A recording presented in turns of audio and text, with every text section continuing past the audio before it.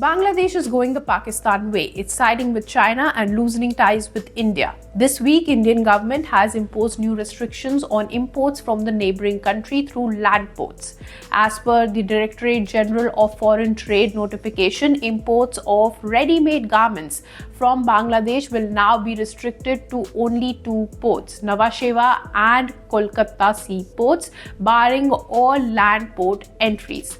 Now, it further lists goods like fruits, fruit-flavored and carbonated drinks, processed foods, cotton waste, plastic goods, dyes and furniture. All these inbound shipments from Bangladesh are now barred from entering through any land customs stations or integrated checkposts located in Assam, Meghalaya, Tripura, Mizoram and especially Changrabandha and Fulbari in West Bengal. Exemptions have been made for fish, LPG, edible oils and crushed stone, which will continue.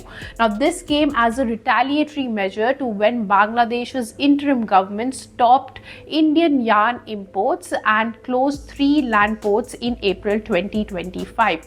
In 2024 too, Bangladesh introduced a series of restrictions on Indian exports, which was worse for Indian exporters already facing delays, inspections and market barriers.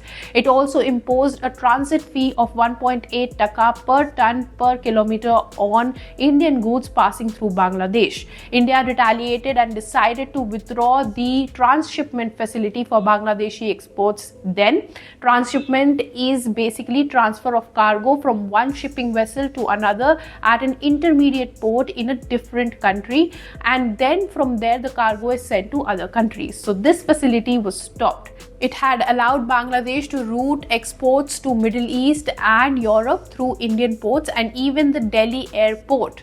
As per the Global Trade Research Initiative, India's latest move may restrict imports worth $770 million from Bangladesh, which is nearly 42% of total inbound shipments.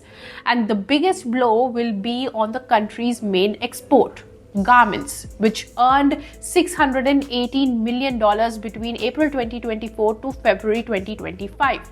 Indian textile manufacturers could temporarily benefit from the latest restrictions on Bangladesh, but industry insiders say that the existing structural issues must be addressed, like the cost inefficiency and production limitations, if the domestic manufacturers are to fill the gap.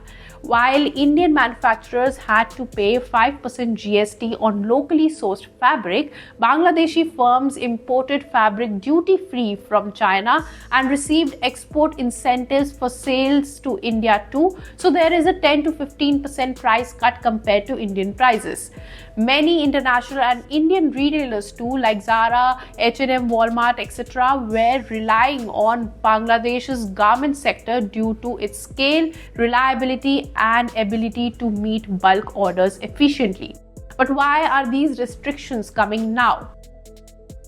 Well, the larger story is that Bangladesh is getting too close to China and its ties with India are fading. After the fall of Sheikh Hasina's pro-India government in mid-2024, Bangladesh signed deals worth $2.1 billion during visit to Beijing in March with China.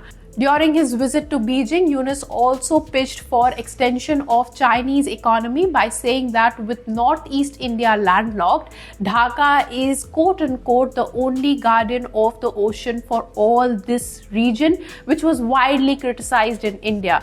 China has taken up sensitive projects like the Tisa River development, which is an area of long-standing India-Bangladesh cooperation.